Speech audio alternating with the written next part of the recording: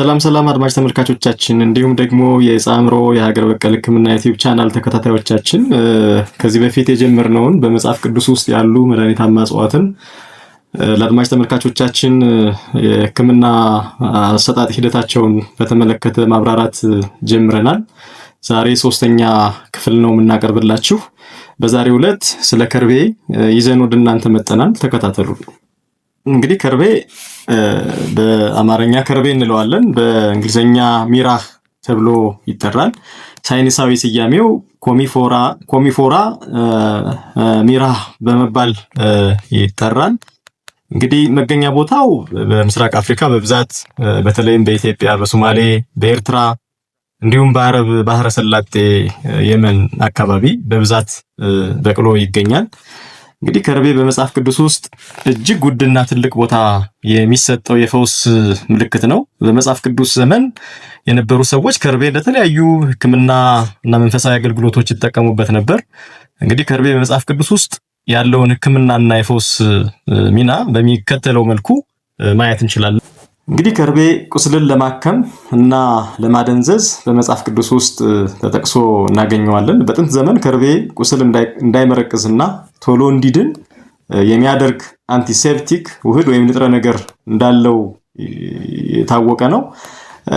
ይህም በመጽሐፍ ቅዱስ የማርቆስ ወንጌል ምዕራፍ 15 ቁጥር 23 ላይ ተጠቅሶ በምናገኘው ታሪክ ውስጥ ጌታችን መድኃኒታችን ኢየሱስ ክርስቶስ ሊሰቀል ሲል በከርቤ የተደባለቀ የወይን ጠጅ እንዲጠጣ ተሰጥቶት እንደነበር እናያለን። ይህም ከዛ ከነበረው ስቃይ ከነበረው ቁስል ይሻለው ዘንድ ታገስለት የቁስሉ ስሜት እንዲሻለው በማሰብ የተደረገ ነው።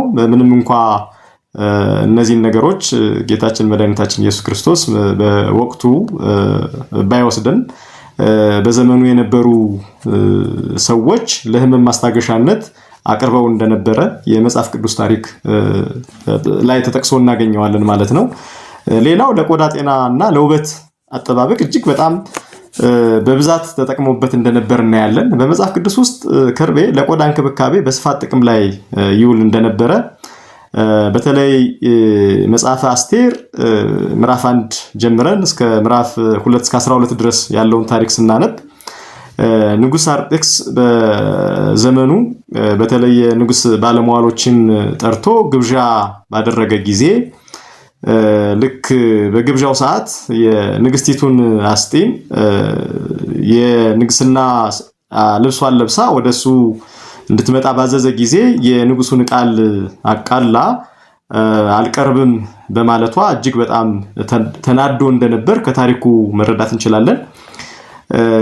ስለዚህ የንጉሱ ባለሟሎች ምንድነው በዚህ ወቅት ያደረጉት ነገር እሷን ድጋሜ መለመን እንደማያስፈልግ ለንጉሱ ክብርም ሲባል እንዳትለመን እና ይቅርታም እንዳይደረግላት በማድረግ ሌላ ምክር መክረውት ስለነበረ ምክሩም በግዛቱ ያሉ ደናግላን ሴቶች ተመርጠው ወደ ንጉሱ እንዲቀርቡና ለንጉሱ መርጦ የንግስቲቱን ቦታ እንዲተካ ወይም የምትተካ ሴት መፈለግ እንዳለበት መክረው ለሱም ስላሳወቁ እሱም ስለፈቀደላቸው ያንን አድርገዋል። እንግዲህ በዛ ዘመን የተገኘችው በመርዶኪዮስ አጎት ልጅ በመርዶኪዮስ ቤት ያደገችው አስቴር በዘመኑ መመረጧን ታሪኩ ይነግረናል። እንግዲህ አስቴር ወደ ንጉሱ ከመግባቷ በፊት ለ6 ወር ያህል በከርቤ ዘይት ትታጠብ እንደነበር ሴቶቹን በቦታው አስቀምጠው የሚንከባከቡ ተንከባካቢዎች ይነግሩናል። ከዛም ከ6 ወር ሌላ 6 ወር ደግሞ ተጨማሪ በሌሎች ጣፋጭ ሽቶች እየተቀባች እንደቆየች ከ12 ወር በኋላ ወደ ንጉሱ ስትሄድ እጅግ በጣም ንጉሱ የሚያከብራት የሚወዳት እና የንግስት አስጢን ምትክም ሆና የንግስና ተካፋይ እንደሆነች ታሪኩ ያስረዳናልና ከዚህ ታሪክ የምንረዳው ከርቤ ለቆዳ ጤናና ለውበት አጠባበቅ እጅግ በጣም የተሻለ እንደሆነ በተለይ አሁን በዘመናችን ያሉ ቢዩቲ ሳሎን የሚጠቀሙ ሰዎችም ይሄንን ከግምት ውስጥ አስገብተው እንደ ግብዓት ቢጠቀሙበት እንዲህ አይነት ተግባራት እንደሚወጣ በዚሁ አጋጣሚ ማስተላለፍ እንፈልጋለን። ሌላው ለሰውነት ጠረንና ለሽቶም መዋሉን ይነግረናል ማለት ነው። ከታሪኩ ከመጽሐፍ ቅዱስ ታሪኮች እንረዳለን። ከርቤ ደስ የሚል መዓዛ ስላለው ሰውነትን ለመቀባትና የቤት ሽታንም ለመቀየር ይውል እንደነበር ከታሪኮቹ መረዳት እንችላለን።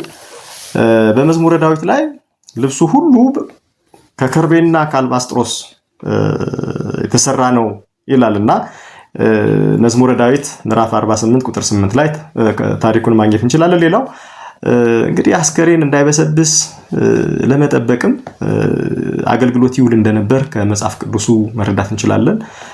ከርቤ ባክቴሪያን የመከላከል ከፍተኛ አቅም ስላለው አይሁድ አስከሬን እንዳይሸትና ቶሎ እንዳይበሰብስ ይጠቀሙበት ነበርና በተለይ በዮሐንስ ወንጌል ምዕራፍ 19 ቁጥር 39 ላይ የጌታ ቀብር ላይ የተደረገውን ታሪክ መረዳት እንችላለን። ኒቆዲሞስ የጌታን ስጋ ለመገነዝ ከርቤ ይዞ መጥቶ እንደነበር ታሪኩ ያስረዳናል ማለት ነው። እንግዲህ መጨረሻ መንፈሳዊ ፈውስና ቅዱስ ቅባት እንደሆነም መጽሐፍ ቅዱስ ይነግረናል። እንግዲህ ድህነት መንፈሳዊ ድህነት፣ አካላዊ ድህነት፣ ስጋዊ ድህነትም የሕክምና ሂደቶች ስለሆኑ አንዱ ትልቁ ሕክምና መንፈሳዊ ጉስቁልናን፣ መንፈሳዊ መታመምን በከርቤ ዘይት መዳን እንደሚቻል ማከም እንደሚቻል በተለይ ኦሪት ዘጸአት ምዕራፍ 30 ቁጥር 23 ላይ ያለው ታሪክ ያስረዳናል።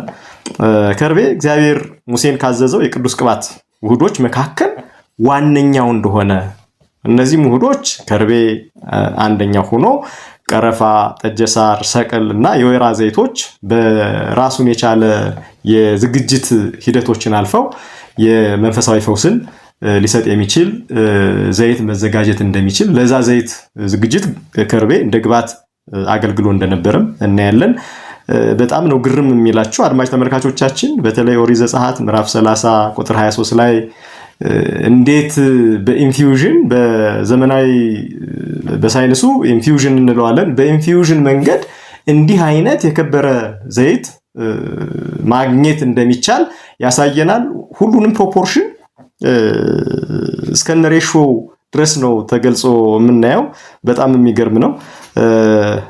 ከፍታችሁ መጽሐፉን ከፈት አድርጋችሁ ብታዩ እጅግ በጣም ትልቁም ነገር ታገኙበታላችሁ። እንግዲህ ከርቤ እነዚህን መሰል ጥቅሞች በመጽሐፍ ቅዱስ ውስጥ እናገኛለን። በተለይ ለሕክምና አገልግሎት ብቻ የዋለውን ነው ነጥለን ያየ ነው። ከርቤ ለሕክምና አገልግሎት ብቻም ሳይሆን ለተለያዩ መንፈሳዊ አገልግሎቶች ለዕጣን በመጽሐፍ ቅዱስ በተለያዩ ቦታ እንደሚውል ተዘቅሶ እናገኛለን። እንግዲህ ይሄንን እንበል እንጂ በዘመናዊ በሳይንሱም የተደገፉ ነገሮችንም ማንሳት እንችላለን። በዘመናዊ በሳይንሱ ደግሞ በተለይ ከርቤ የአፍ ውስጥ ህመምን በከፍተኛ ደረጃ ማስታገስ እንደሚችል የአፍ ማስጃ ሳሙናዎችን ከርቤን እንደ ግብዓት ይጠቀማሉ መጠቀማቸውን በአንዳንድ ሰነዶች ማግኘት ችለናል። ሌላው የድድ ቁስል ይቀንሳል፣ የአፍ ውስጥ ቁስለትን ያድናል፣ እንዲሁም የአፍ ጠረንን ያሻሽላል። በተለይ ደግሞ እብጠትንና ህመም በከፍተኛ ደረጃ መቀነስ እንደሚችልም ሳይንሳዊ መረጃዎች ያሳያሉ። እንደ ቁርጥማት ወይም አርትራይትስ ያሉ በመገጣጠሚያዎች ላይ የሚከሰቱ እብጠቶችን ለመቀነስ ይረዳል። ለቆዳ ጤንነትና ለቁስል ፈውስም በጣም የተሻለ እንደሆነ ብዙ ሳይንሳዊ መረጃዎች አሉ። የተቆረጠ የተቃጠለ ቆዳ ቶሎ እንዲድን ያደርጋል። የቆዳ ላይ ፈንገስን በማከም ጥቅም ላይ እንደሚውል መረዳት ይቻላል ማለት ነው። በተለይ በሰውነታችን ውስጥ የሚፈጠሩ ፍሪ ራዲካልስ የተባሉ ጎጂ ንጥረ ነገሮች በሴሎቻችን ላይ ጉዳት እንዳያደርሱ መከላከል፣ ይሄ ካንሰርን ወደ ማከምን ከፍ የሚል አስተዋጽኦ እንዳለው መረዳት ይቻላል ማለት ነውና እንግዲህ በሳይንሱም በመጽሐፍ ቅዱስ ውስጥ ላይ ተጠቅሰው ያሉትን ሳይንሱም አረጋግጦልን ተረጋግጠው ማየት ችለናል ማለት ነው። እንግዲህ አድማጭ ተመልካቾቻችን ይህንን ስናወራ በተለይ ስለ ከርቤ የገለጽኩትንና በሌሎች የዩቲዩብ ፕሮግራሞችም በብዛት ተጠቅሶ እናገኛለን። ወደ ጥቅም ስናመጣው ግን የጥንቃቄ መልእክቶችንም በዚሁ አጋጣሚ ማስተላለፍ ፈልጋለሁ። በተለይ እርጉዝ ሴቶች ከርቤ የማህፀን መኮማተር ሊያስከትል ስለሚችል ነፍሰ ጡሮች ባይጠቀሙት ይመረጣል።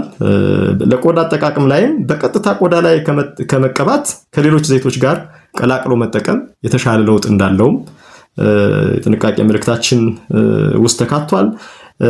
ለአፍ ውስጥ በተለይ ህመምን ለማስታገስ በምንጠቀምበት ሂደትም ከርቤ ያለበትን ውሃ ከተጉመጠመጥን ወይም ገርግል ካደረግን በኋላ መጥፋት እንዳለብን፣ በብዛት መጠጣት ለልብ ትርታ መጨመርና ለኩላሊት ችግሮች ሊዳርግ ስለሚችል ይህንን የጥንቃቄ መልእክት አብራችሁ ያጠቃቅሙ አካል አድርጋችሁ እንድትወስዱት መልእክታችን ነው።